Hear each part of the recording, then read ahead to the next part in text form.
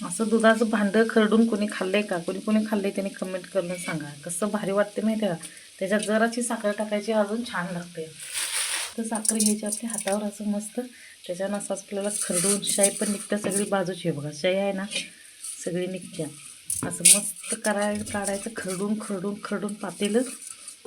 अशी मस्त शाई येते नाही असं खरडून पातेलं कोणी खाल्लंय सांगा. असं मस्त वाटते खायला. आणि असं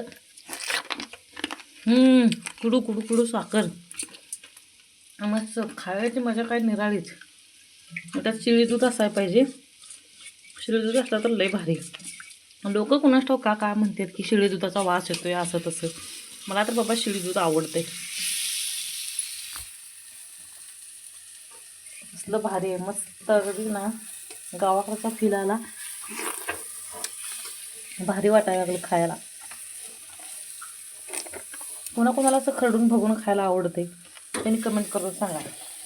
दुधावर भगून खरडून खायला